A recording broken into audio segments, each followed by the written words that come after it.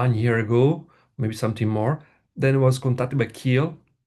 Listening is a very interesting idea to develop uh, a kind of standard. He will explain later better more in detail. But I had this contact with him, and after Kjell, I was contacted by Robbie, and then I realized that there is a very important space for the NGOs to be leader, to promote standard in this moment where we are in the phase of transformation, where the best practice, a new idea need to be pushed on the market.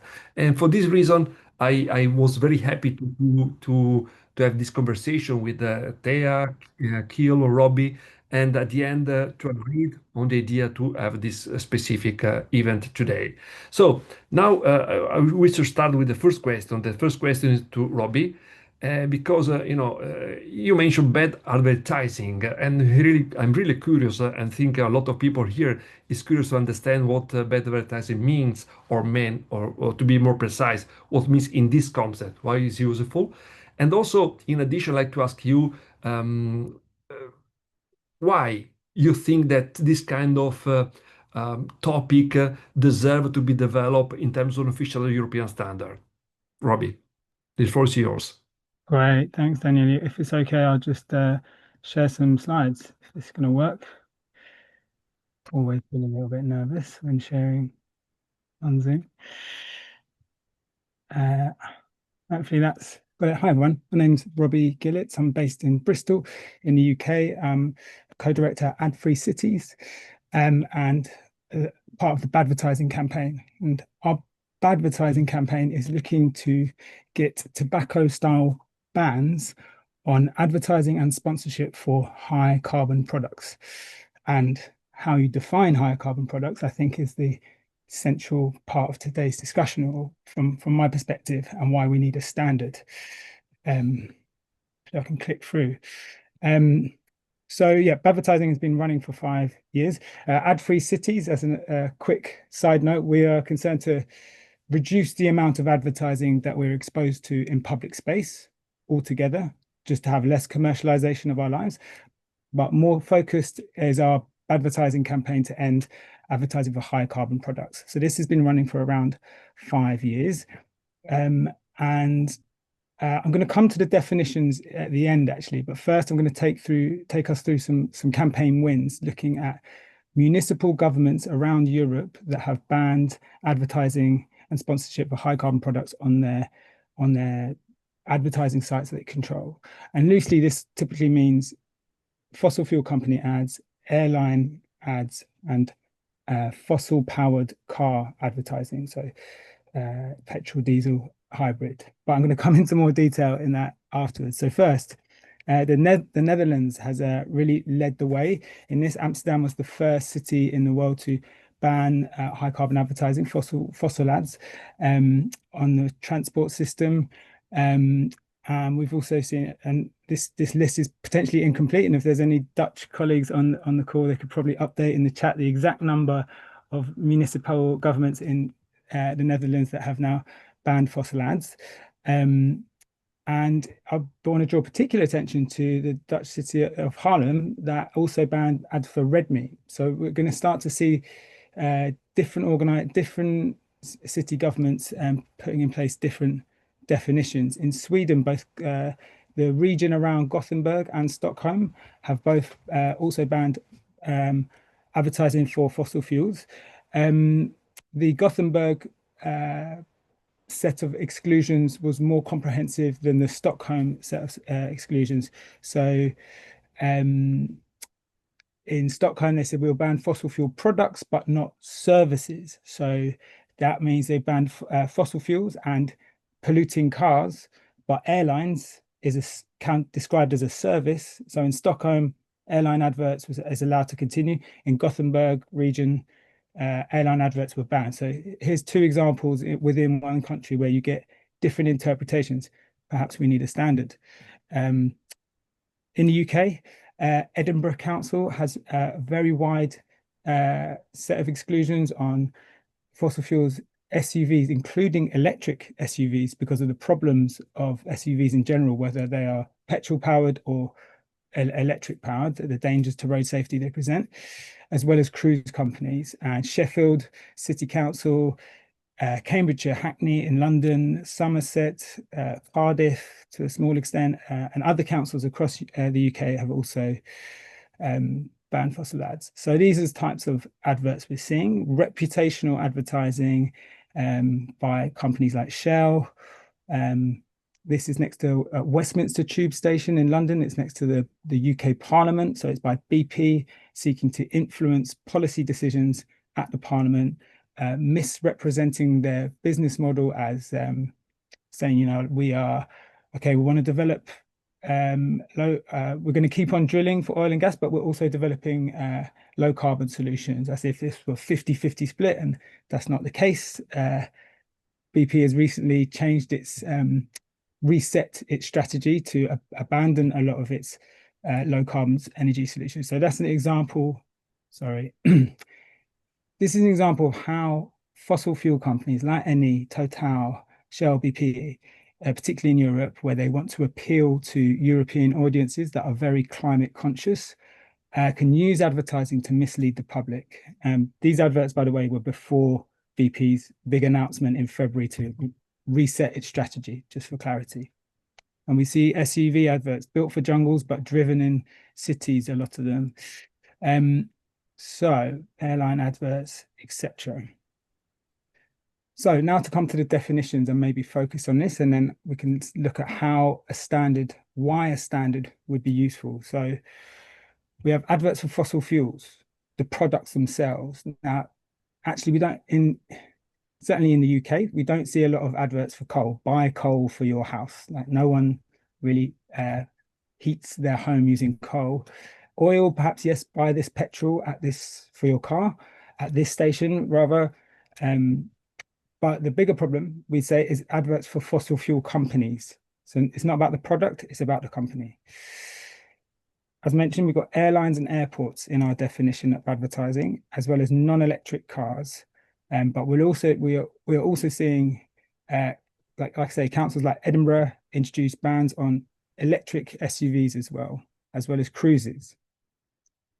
Now, other two categories you could consider are red meat, which Harlem has banned, but I think is the only city in the world to ban advertising for red meat, and fast fashion. And how you define fast fashion is another issue.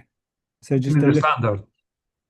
Say again? You need the standard to see You how. need a standard, exactly. Right. So to go into the detail here, when we've been talking to some local councils in the UK, transport authorities, they say, look, we agree with the logic, we understand, but we need a methodology, a standard. Well, they maybe not ask for the word standard, but they want a methodology that they can use to implement a new advertising policy. So if a fossil fuel company like British Gas wants to advertise a smart meter for domestic customers in its home, should that be allowed? Yes or no? Airlines and airports, okay, that sounds easy. But what about a travel advert to say, visit Greece on holiday, or visit France on holiday? From the UK, you can travel to France by train, but it's harder to travel to Greece by train, except, detail. If we ban red meat advertising, what about dairy advertising as well? It's also very climate damaging. And how do we define fast fashion? So these are some of the issues already. In the Netherlands, we've seen such a success of so many municipal governments banning high carbon advertising that the advertising companies themselves, such as JCDecaux, Clear Channel, that run the advertising estates, according to my Dutch colleagues at Reclame Fossil Fry, they've asked for like a clearer sort of a policy for the whole country. Maybe I'm misrepresenting it. Maybe I'm not representing exactly what they said specifically, but they're saying there's so many different policies in many different Dutch towns and cities that the implementation of their advertising is becoming difficult.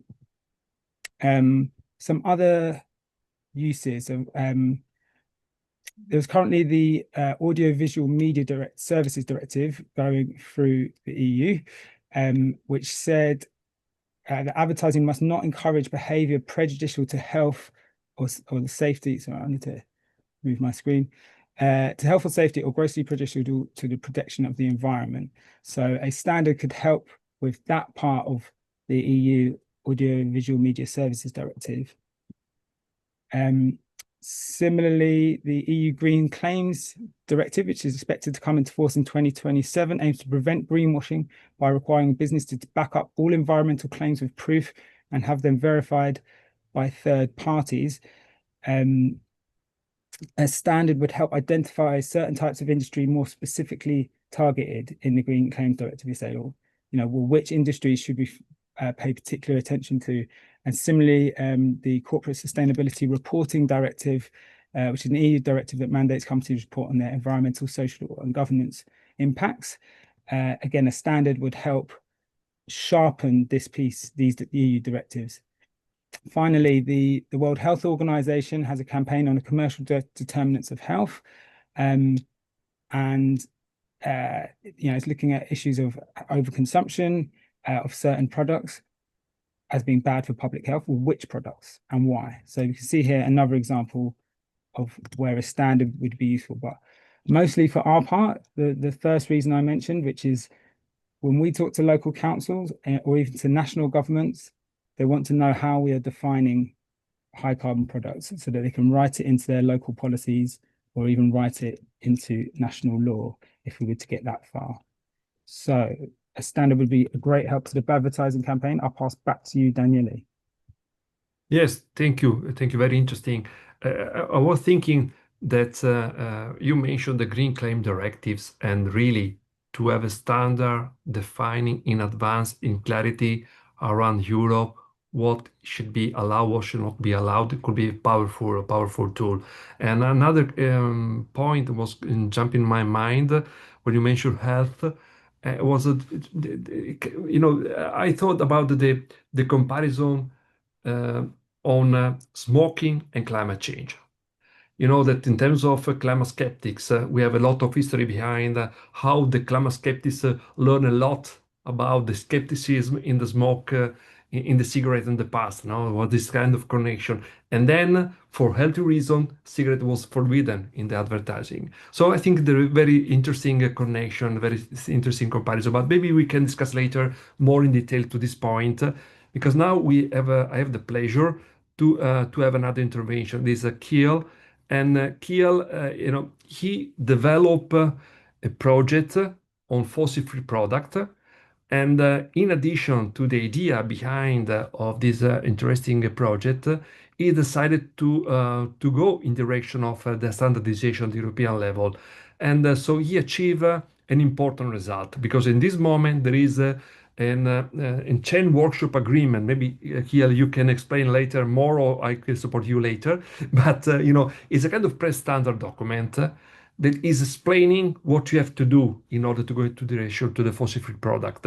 And I think that in this moment it could be very interesting to understand by Kjell what a fossil-free product means, which kind of weak point and strength point was part of his experience in working in a context of standardization at the European level. Kjell. Yeah, thank you very much, Daniele, and thanks also, Robbie, for your interesting presentation.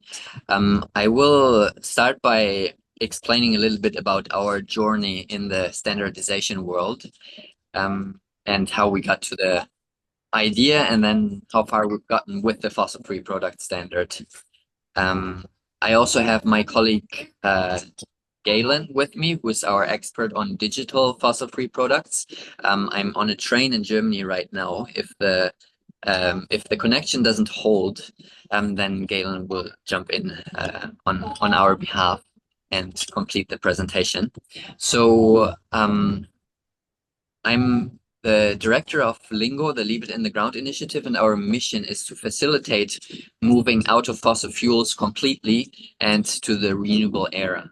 So for us, this is no more fossil fuel burning and using 100% renewable energy. This requires transformative solutions, and it also requires slowing down and stopping fossil fuel projects. And that's what we do at Lingo every day. And part of that work has been asking the question, which places around the world have already achieved moving out of the fossil fuel age? And so we have first defined, and now we're maintaining a map with this matrix of fossil-free zones, as we call them, all around the world. And these are just places that do not burn or extract oil, gas, coal any longer. And we designed a nice little logo, so we hope that all these places are keen to join that matrix and gain more visibility. And it's made up of being free from oil, free from fossil gas, and free from coal.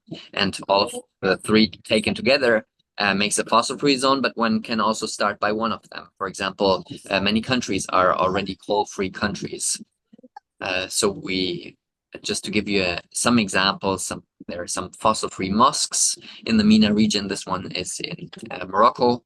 There are fossil-free data centers, important for when we talk about fossil-free digital products, as we will in a minute. And we have found already and mapped over 500 of such fossil-free zones around the world. And you can find them on the map at fossilfreezones.org. And if you know of one, you can also screen the QR code and just put in some details, and it will then appear on the global map of fossil-free zones. So that's what we've been doing. And in that process, we realized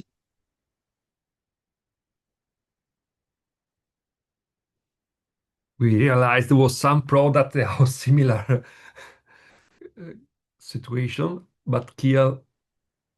Perhaps I will take over for a moment. Can you hear me? Thank you, Gala. Yes, you can. Yeah. Yeah, thank you. Let me start sharing my screen, and I will be with you in just one moment.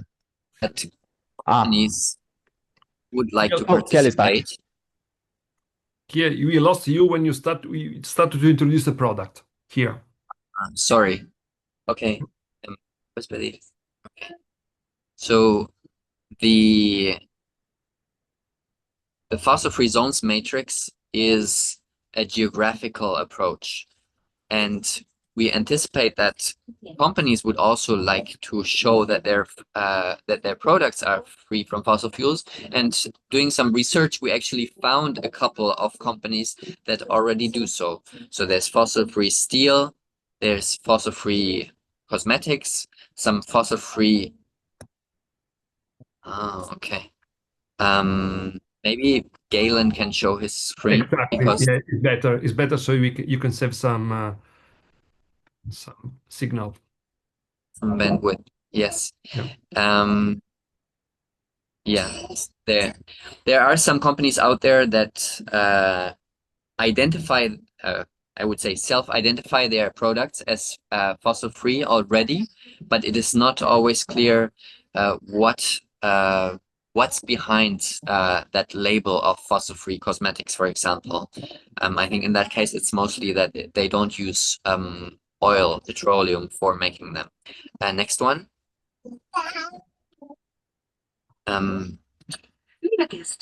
So if you think about standards and labels, maybe you know FSC for sustainable forestry. That's an example of a label that has gained wide coverage and is very present in paper and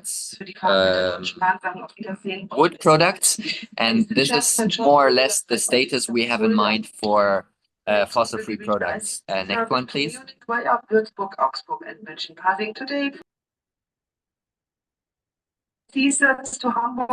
So we believe that there is a lot of customers and people out there who are very climate conscious, and there was an article in The Guardian very recently about the silent majority of people who really care about the climate and would like to see more climate action. And we believe that this also carries over to choices in the supermarket or when you're trying to buy something, that if there were a good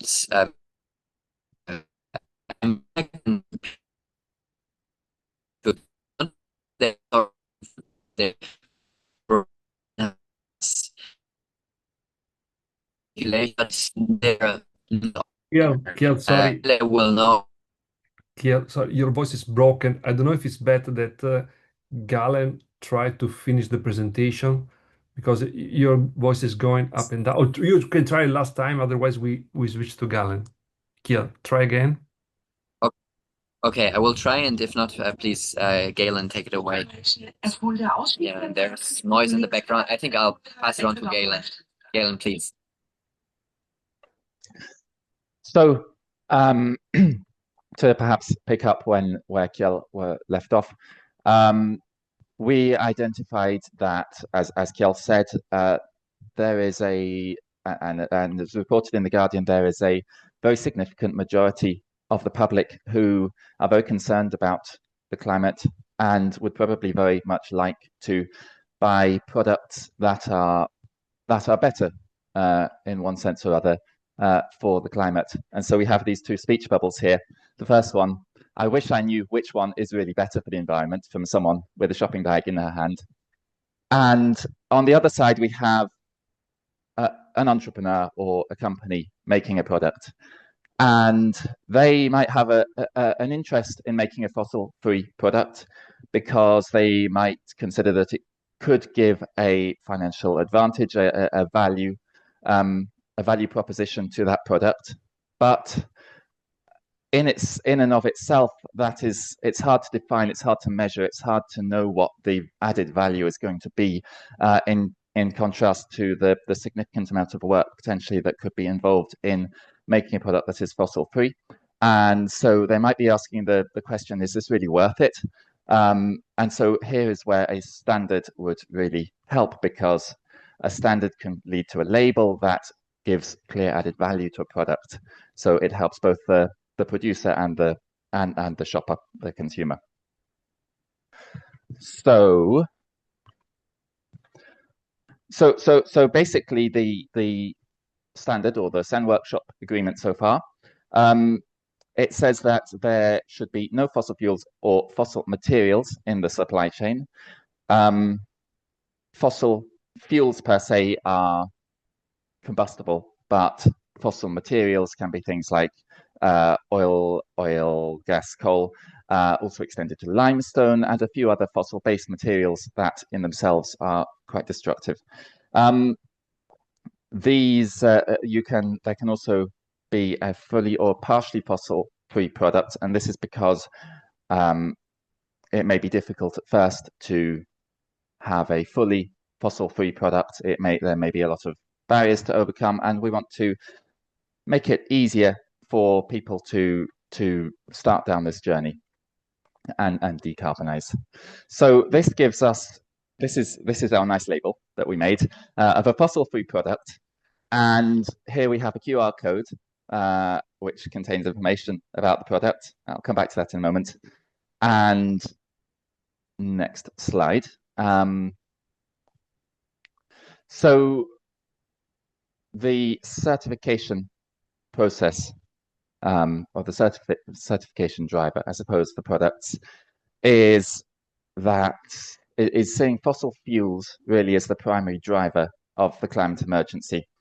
And we all know there are many other elements to the climate emergency, but at Lingo we have identified fossil fuels and fossil fuel extraction as one of the biggest elements, perhaps the biggest element, and the one that we want to address. Existing climate strategies are not enough. Net zero, as we like to say, net zero does not equal, oops, I apologize, that is a mistake in the presentation. Net zero does not equal not zero.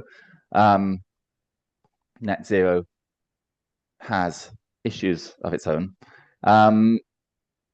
And so what we really wanted to develop in starting the conversation and developing the agreement that we have so far with SEN is develop a process, develop a simple and clear means that somebody, a company, an entrepreneur can say that my product is fossil-free or is partially fossil-free. And really, we want to drive the market for this, and hopefully set a new gold standard in what can be labeled as fossil-free. This also, the bottom point here on the slide is important. It's easier, faster, and cheaper than a carbon footprint. This is not to dismiss a carbon analysis, carbon footprint analysis, or any kind of carbon accounting. But we have designed this to be simple. Does it contain fossil fuels? Yes or no? And that is it's a clear message that we think will add value. So the process for this is that we took part in drove and took part in a SEN workshop agreement, or CWA, which was facilitated by Uni. I apologize if my pronunciation is wrong. The Italian Standards Agency. And we are in the process of getting third-party verification bodies ready to validate fossil-free products and digital products, and looking really towards towards certifying the first fossil-free products, hopefully later this year. In terms of the next steps, this is currently at the stage of a SEN workshop agreement, which is a public is a process open to the public, I should say. The next steps to becoming a full ISO standard is to look at European standard, and then the ISO standard, which is the top level global standard. So a moment ago we saw the fossil-free product label in green for a fully fossil-free product, and this is just the partially fossil-free product logo. The QR code here is interesting because it can give significant information about where a product is fossil-free and where it is not. And something that is perhaps a product that is perhaps in the stages of becoming fossil-free, that is looking at the supply chains, and there are one or two difficult elements that need to be resolved before it can be fully fossil-free. It can apply to become partially fossil-free, and it needs to provide a QR code on its label, which will link to a web page which gives the consumer instant information about what elements of that product, broken down by price, what elements of that product are fossil-free and what elements are not. And in fact, here is the calculation, very brief diagram of the calculation that results in this 30% fossil-free product. So here we see we have electricity going in to make a product, 60 euros worth of electricity, 20 euros worth of electricity from renewable sources, from wind turbines, and 10% of electricity going in from another renewable source, and then the total financial inputs, both in terms of energy inputted into the raw materials and energy inputted into the manufacturing process. The total one is divided by the other, and you end up with a 30% fossil-free product. This is explained in a little bit more detail in the SEN workshop agreement document itself, but that's the basic of it. So if I come on to digital fossil-free products, we really started out on this journey looking at physical products, and then it just struck us that there was such an obvious addition or extra market or extra area to have impact here by extending this to look at digital products. Digital products in terms of the energy used by servers across the world and data centers have a huge environmental impact. And it really struck us that this was an easy win, as it were. So we can now included within the CEN agreement is the ability to certify a website or an app or any other digital product as fossil-free. That is really interesting also when you look at AI and the effect, the ability that AI has to permeate into our lives and to influence how we work, but also the extreme levels of energy and environmental degradation that are being caused by it.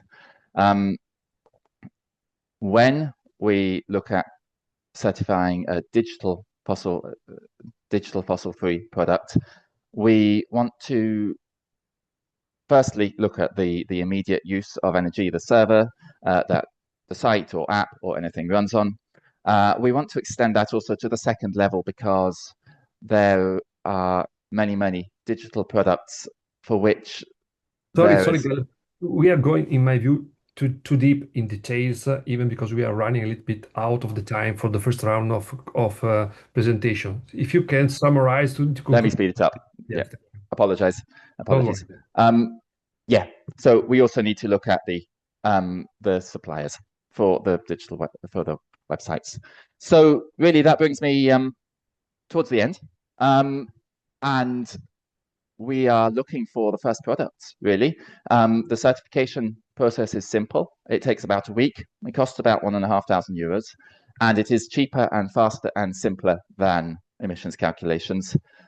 And so we're looking for the first one. So if anybody has any suggestions, you think you have a product, you think you know of a product that is fossil-free, do come and talk to us. You can still have the world's first fossil-free product. And yeah, that's extra stuff.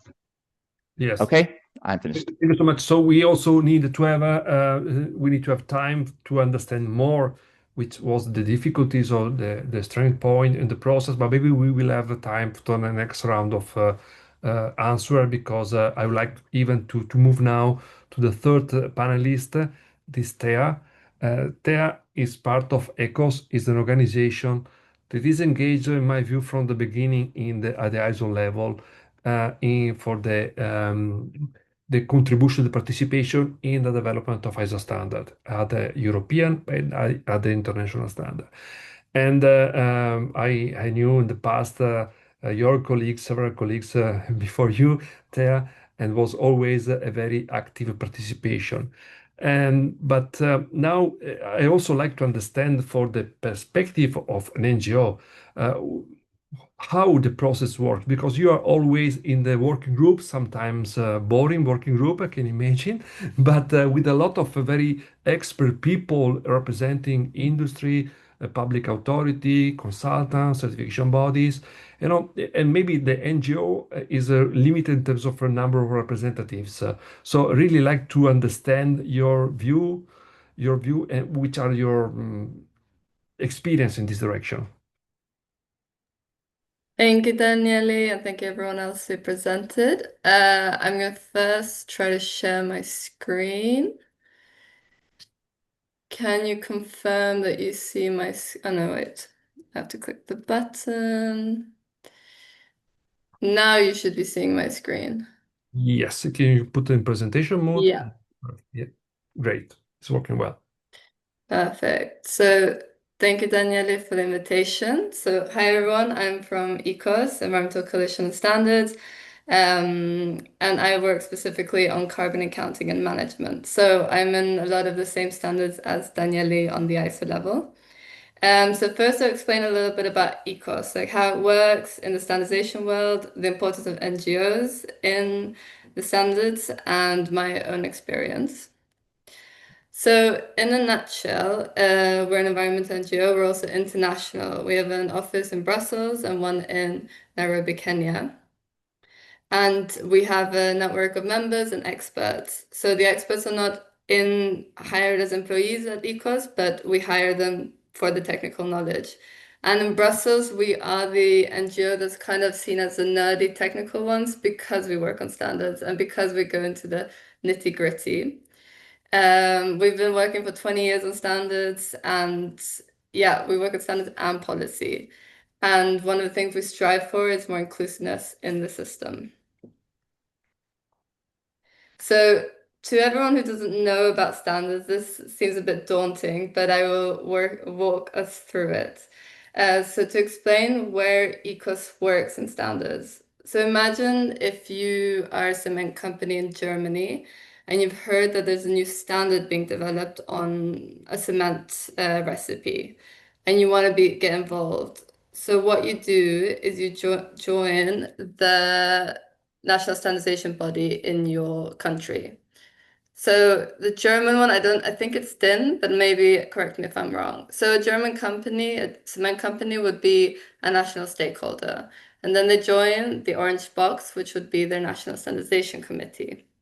And from there, they join either ISO or on the European level, be Sensenelec or ETSI.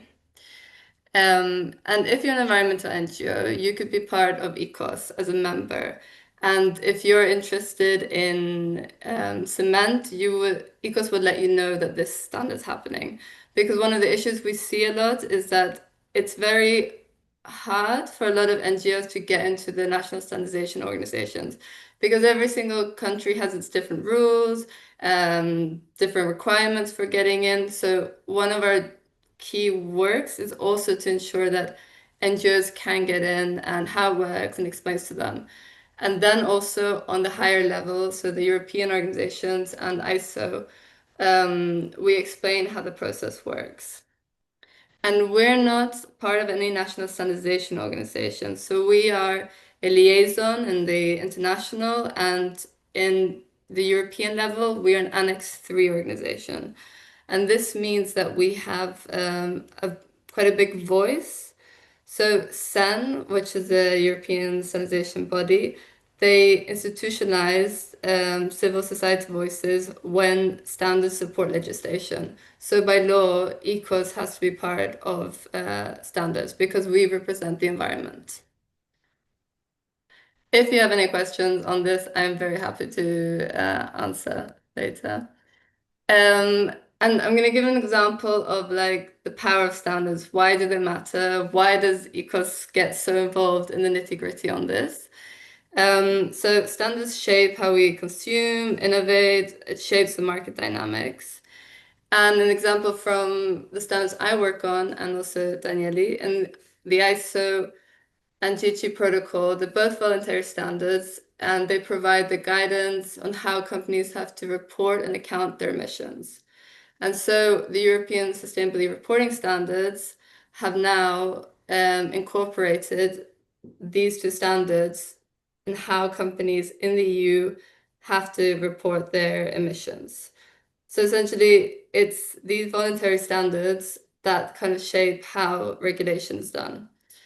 And they're a tool for industry. They, as I said, they influence regulation, but vice versa, and it can support environmental policy. But of course, these standards need to be done well. They need to be robust. We don't always like every single standard, but there's a lot of standards we do like. And why do NGOs need to be part of the standard? So this is a good example of the room where the standards meeting is happening. So this could be for the fossil-free products meeting, it could be for the bad advertisement, for the cement recipe.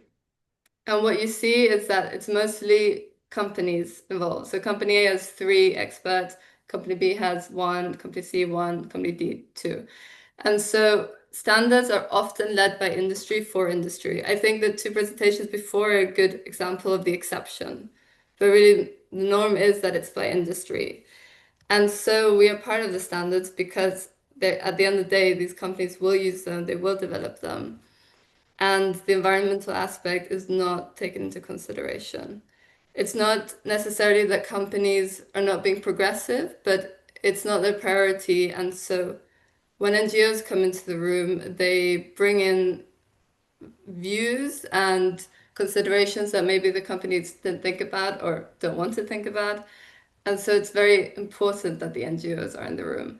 And on the right here, you can see the different Annex 3 organizations. So this is what I mentioned with SEN, that by law, they have to include civil society. And so ECOS is for the environment, ANNEC is for the consumers, and the small business organizations and the trade unions. But of course, there can be more NGOs in the room, and there should be. So what do? We are the environmental voice in standardization, but we also inform and engage other NGOs about the standardization process. And this is through eco membership or just having informal sessions and navigating. So the standardization process is quite technical, it's confusing. And one thing we see a lot is that, especially in ISO, like it's very hard to get in, understand the culture, how it works, how to comment. And even though they have explanations of how to do it, it's not really catered to civil society or liaisons. So what we do is we set up calls, informal calls to explain, like, this is how it works. This is how your voice matters. This is when you comment. This is influencing. It's yeah, it really helps because then NGOs understand and then they feel empowered to contribute. And a personal experience. So right now there's a net zero aligned organization standard being developed. Maybe you've heard of it. And there's been a lot of interest. And usually ECOS has experienced that we're the only NGO in the room. This happens. But with this net zero aligned organizations, there were a lot of NGOs that were interested. And so I took charge of making sure that these NGOs understood how ISO worked, why it matters, and to make sure that they're in every single stage. And so far they've all stayed. So it really, and it's really made a difference in the discussion because, as I mentioned before, when NGOs come into the room, there's different perspectives, different needs, and this standard specifically is how companies have to reduce emissions and have a pathway to reach net zero by a certain point. So it's a very political standard. It's completely environmental. It's completely about climate change. And without environmental NGOs, it wouldn't have the credibility or, yeah, maybe even the discussion points that are needed. And I think that's it for me. So Thank you. Thank you. That was very interesting. And also, it's very important also the work you are doing for the NGO representation in the ISO working group, because before we mentioned the silent majority, and it's important the silent majority has the possibility to have the voice in this context. And the ISO and SEN process are complex processes. It's not really easy for somebody to jump in the meeting to be able to effectively contribute in the development of a new document. So in some way, it's important the coordination activity among NGOs, as you mentioned before. It's important to increase the participation of NGO in the working group because it's possible. And even in particular now, with the remote participation via Zoom is still easier because there is no anymore the problem of the budget that was in the past, maybe when there was a need required to fly to move around the world a lot of times. And finally, and this exactly the concept of the purpose of this meeting, there is also the need for new proposal coming from the NGOs. And really, I'm happy that we have these three different speakers that explain the state of arts. Before to move to the question, I know there is a representative from Florence here that is part of the bad advertising project. I suppose it was Andrea, but I don't see any Andrea in the list here. So Robbie, do you confirm that it's Andrea, or maybe I miss? He was here earlier, and then yeah. Okay, there Here he it is. is. Yeah, Okay. it's me. So we give to Andrea the floor for a few minutes to explain that what is happening in the Netherlands and other countries is also there is a possibility that can happen in Italy. So Andrea, please, if you want to share a few information. I will gladly do it. Thank you so much, Daniele, and thank you for inviting me here. I have no presentation to share today, but since my intervention is really brief, I just want to share some material in the chat. So I'm leaving some useful links for anyone wanting to go deeper in this topic. So being helped from the European campaign, the association I represent in Italy, the name is Sustainable Citizens, so Cittadini Sostenibili in Italian, has been recently invited last month in Florence from a city committee, the committee that was debating a motion. So it's the first time possibly that a municipality in Italy is about maybe to approve, but currently debating a possible ban about fossil fuel products. This was really important to us. Also, the city I live in, Genova, debated previously a similar proposal that's in next month. So we will have some news to share also in this city.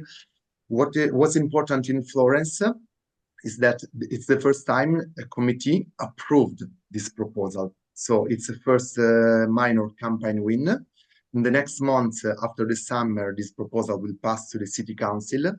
And I shared some links in the chat. So in the website dedicated to World Without Fossil Free Advertisement, you can find all the documents, all the media press release.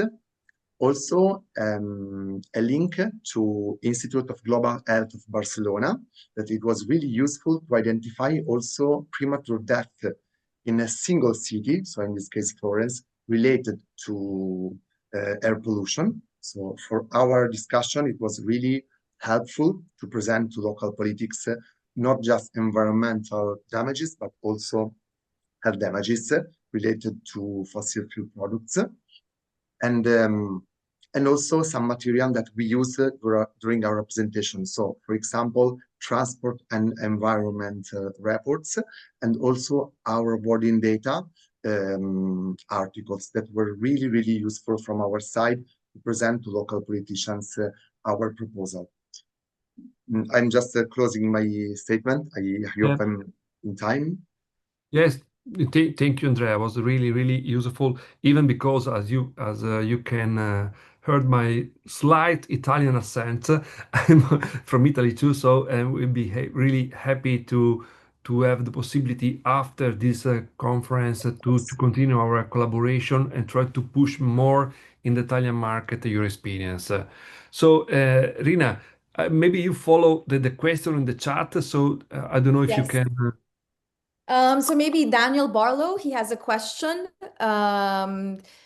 I don't know, Daniel, if you want to bring it up here, or I can also just read it out loud. And he asked, yeah, Daniel, yeah, okay. Hi, yeah, I'm just going back through my notes. Thank you so much for the presentation, and it's good to see some familiar faces here.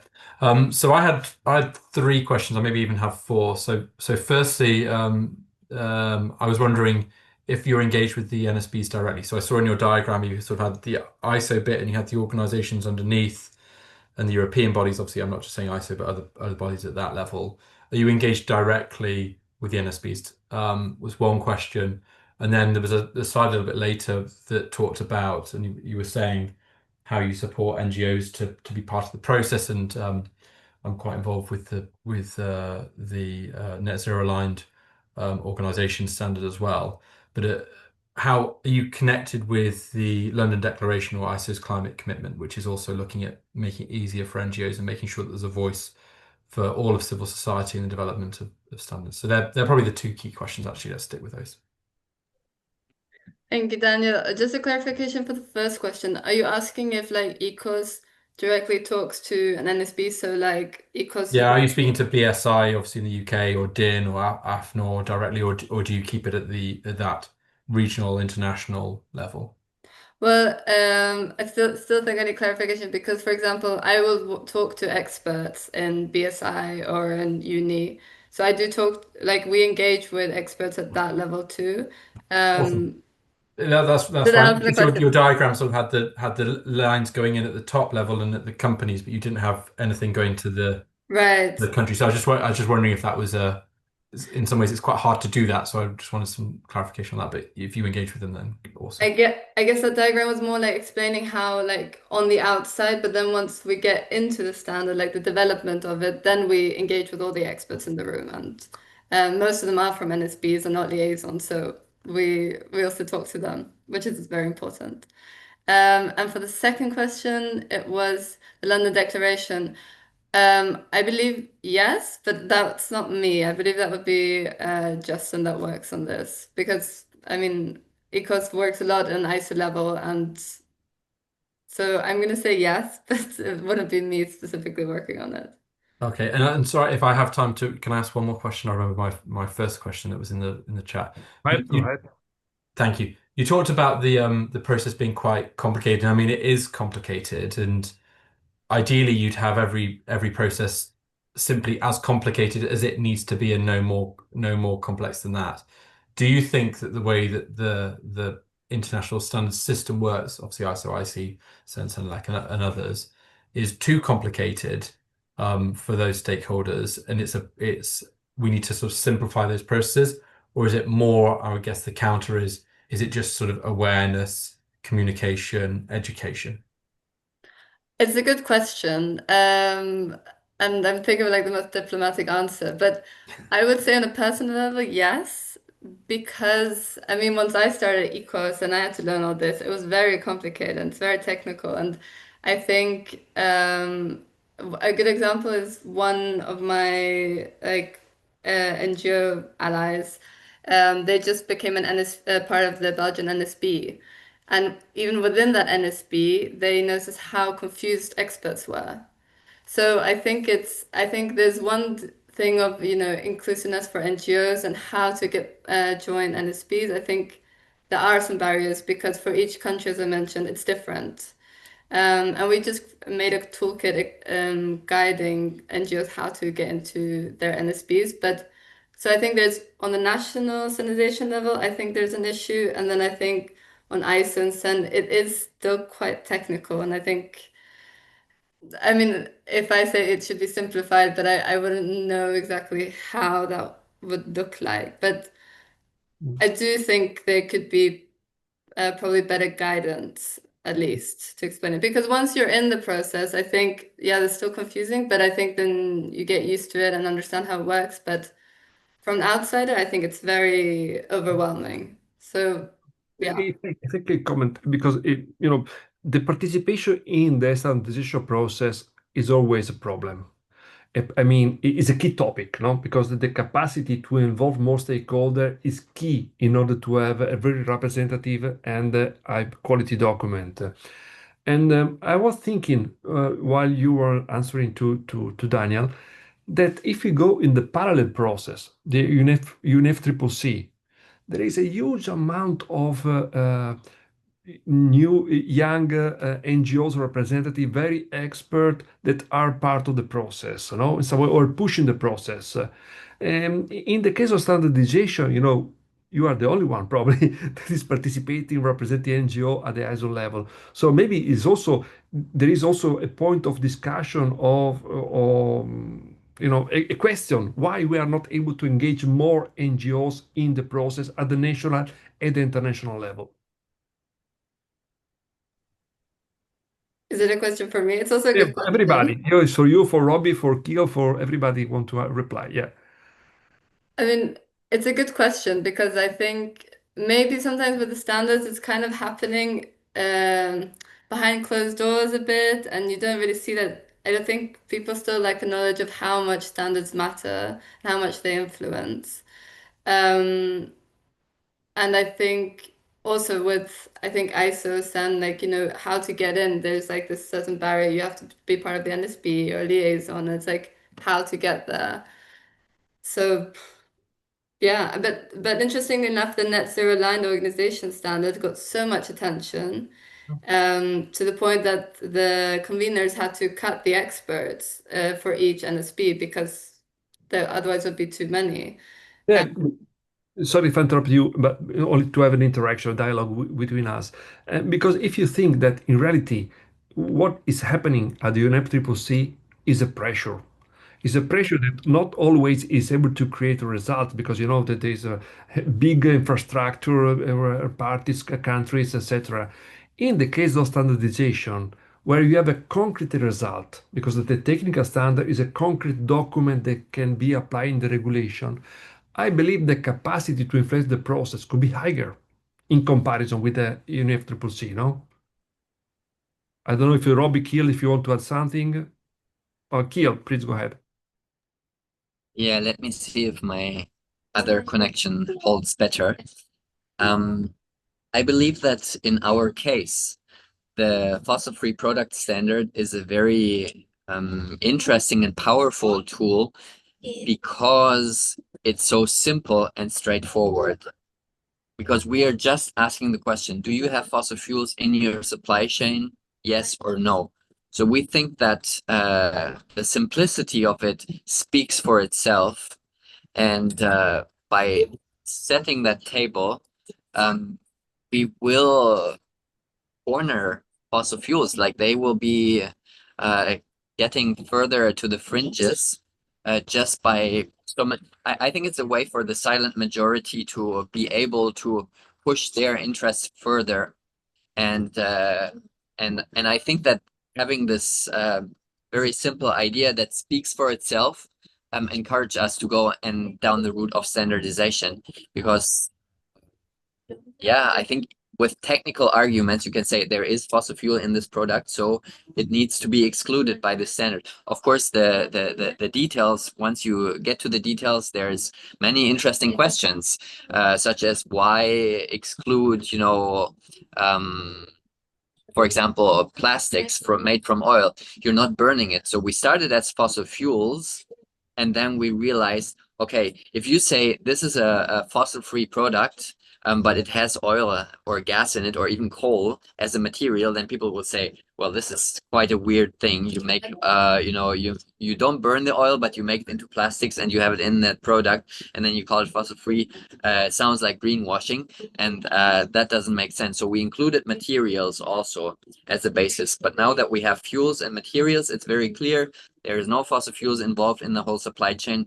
It's straightforward. But I think only by identifying such a niche that doesn't exist yet, no, like there is the steel and the, you know, some companies who said ours is without fossil fuels, but there is no like real comprehensive standard. And so finding such a niche that is, to me, it sounds like a no-brainer when we are trying to get out of fossil fuels as human civilization. There's some kind of standard that shows, is it there or is it absent? So it seems like time is ripe for such a standard, and that's why we went there. And I think it's useful to be the ones setting the table in that SEN workshop agreement, because else it would be some powerful moneyed interests that are still linked to fossil fuels. Even if governments do it, governments have their fossil fuel lobbyists breathing on their neck all the time. So they're not so free to have a very clear and strong and logical layout. So I think it's maybe a unique situation that it's fossil-free product center is overdue. So that's why we went into that, and we have high hopes that this will be a useful tool going forward. Thank you, Kjell.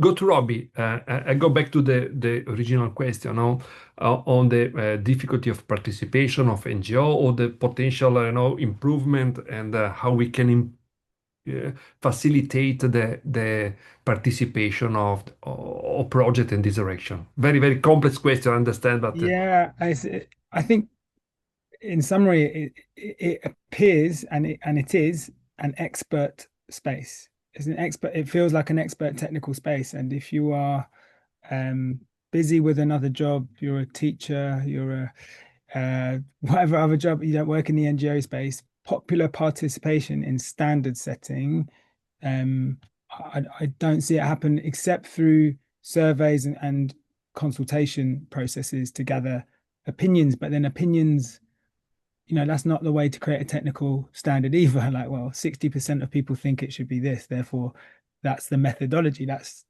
not the exercise here.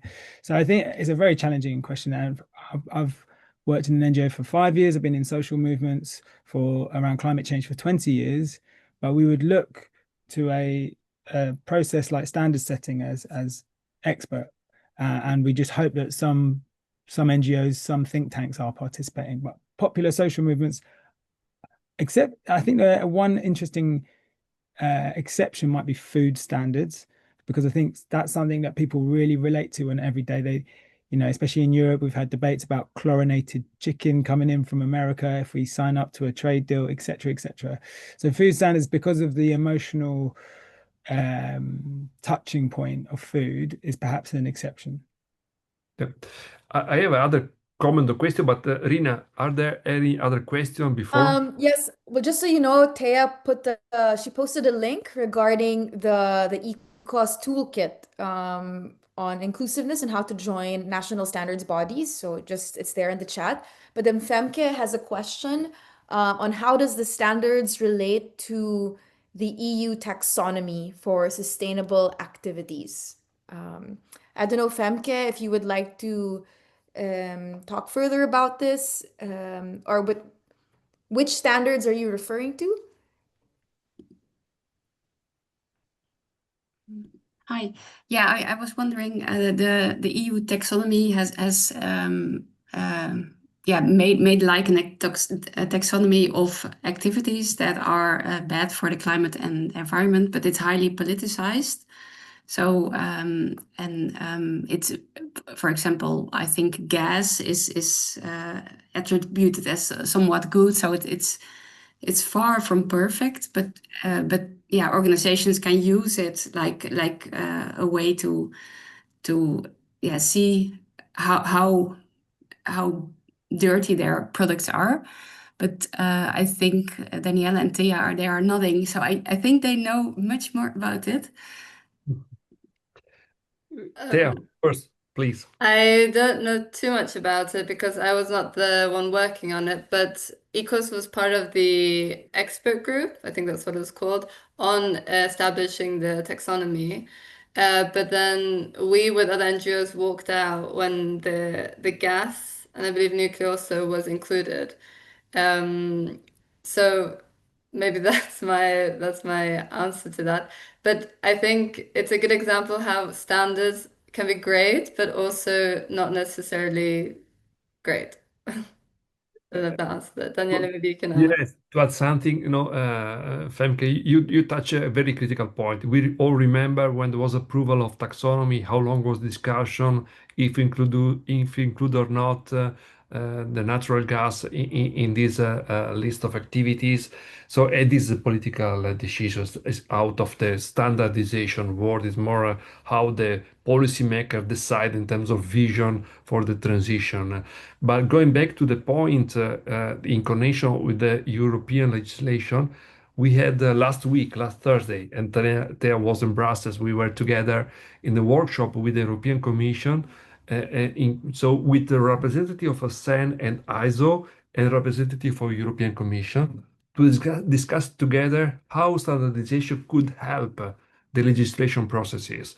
Because sometimes there is a point of lack of knowledge. Because as you mentioned, standardization is not easy; it's a technical issues. So we need to facilitate the dialogue in order to understand, in order to facilitate the exchange of experience and knowledge.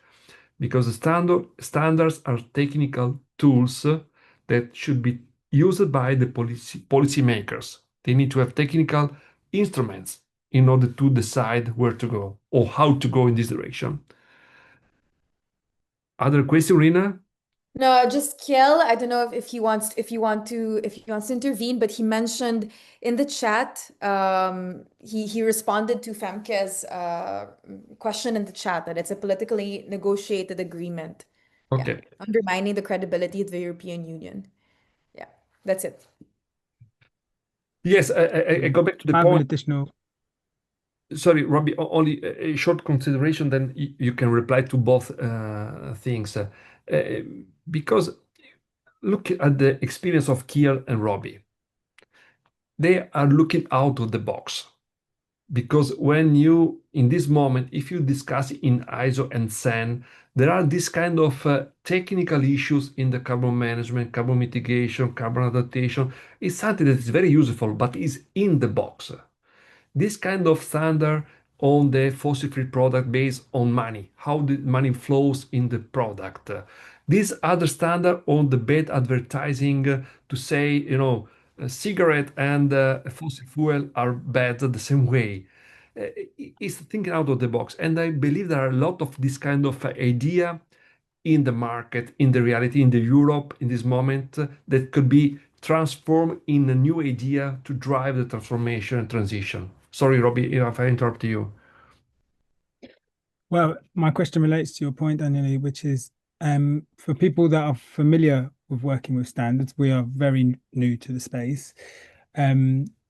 My colleague Freddie often says we want the standard to be a floor, a minimum of ambition, not a ceiling of ambition, not a maximum. So have people in the space, what experience have you seen of a standard holding things back, perhaps, well, or limiting a dynamic? And what examples have you seen where it acts as a minimum and organizations, companies go further? And perhaps part of the answer is it depends how well the standard is written. But Thea, Daniele, Daniel, Barlow, anyone who's familiar in the space? Thea. Yeah, it's a good question. I think it really depends on who's in the room when the standard is established and it's made.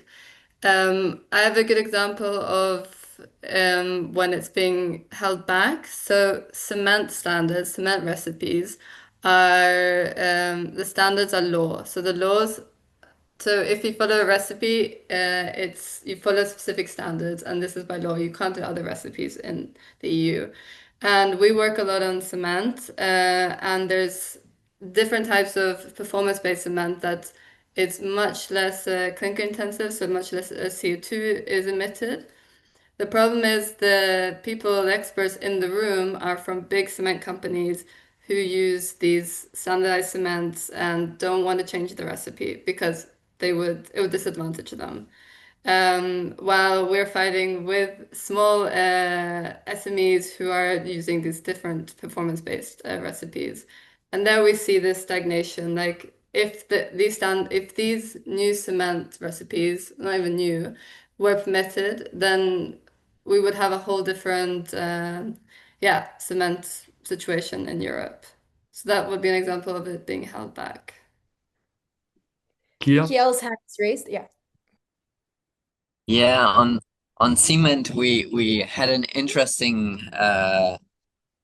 issue while developing our document, and that is that we shared with some trusted colleagues, and one of them came back saying, okay, if you exclude fossil materials but you do not exclude limestone and cement, then your whole thing isn't worth too much. That's a colleague who is working on a material that can replace steel and cement. They cut stone into thin slabs and put carbon fiber on it, and it's as strong as steel reinforced concrete. And it can be carbon negative because when you cut the stone, you get this stone meal and it weathers and absorbs CO2 in the process. And you can make the carbon fiber also from algae. So they have a carbon negative building material that can replace steel and cement, those two they call them hard to abate sectors. And he said, look, and limestone is also a fossil material, that's fossil deposits. And if you process it, the CO2 goes out. So this is the same as you're doing with oil and gas. And we looked at it and we found a definition. So we included limestone. So cement cannot be a fossil-free product if it's made from fossil limestone. So that's included in our definition of fossil materials, and we hope to give a boost to these new ways of building in a carbon negative way via that. Jumping in a parallel consideration, and we know that this kind of process is very technical and it's not easy for NGO to be engaged in the process. At the same time, and here I ask Thea for confirmation, I believe that a lot of representatives of public authorities, sometimes company consultants, certification body, are people that are really engaged in the transition on climate transition. So I ask Thea if you can confirm that sometime when you are in front of very technical issues like LCA or some, I believe that a lot of people is there to help you to understand and to give you to help to contribute in the right direction. What do you think? Yeah, it depends because I think like ECOS is very known in ISO, so I think also in this climate, I think if you as an expert are not aligned with an environmental NGO, maybe you're doing something wrong. So I think in the meetings, I think people want to align with ECOS and that we agree with each other. And I think a lot of companies are well-intentioned and they want to be ambitious, but I wouldn't say it's all the time and not all companies. I think, or experts, I would say. But I definitely think there's a lot of experts and from companies that do want to be more ambitious. So it's a yes and no answer. And there's maybe one thing I was going to add. We were talking about the Green Claims Directive. It was mentioned at the beginning. I don't know if you've seen the news, but it's going to be Killed. yeah, killed. I heard. I didn't have time to go deeper, but I heard it was killed. Yeah. Wow. This is a kind of confirmation that the political arena is a parallel context of the technical arena. So we describe what is allowed in terms of communication in 14021 is the standard ISO 14021, and we write something at the end of 90, was 1996 or something like that. And it was exactly some of this text was extracted, was put in the greenwashing directive, to say that we can discuss together and agreed on what is should be allowed, what should not be allowed in the technical context, but then the policymaker can decide to go right or left. It depends on what is the different moment, the discussion. Uh, Do you have any question, Thea, for Kjell and Robbie and vice versa? So if you have some cross question. I do have a question for Robbie. You mentioned the Audiovisual Media Services Directive. Is it I could have just Googled this, but like, is it a directive that's going through, or is it's already established? I actually might call on one of my European colleagues to jump in, perhaps Femke or someone from Reclame Fossil Frei. I need to check my notes.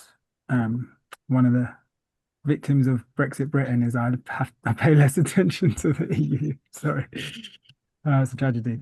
Would anyone else like to answer that? The Audiovisual Media and Services Directive has been around since 1989, Okay. but it has a revision in 2026. And of course, it's very, very striking to read that advertising is not allowed to encourage behavior that is grossly prejudicial to the environment and also to health.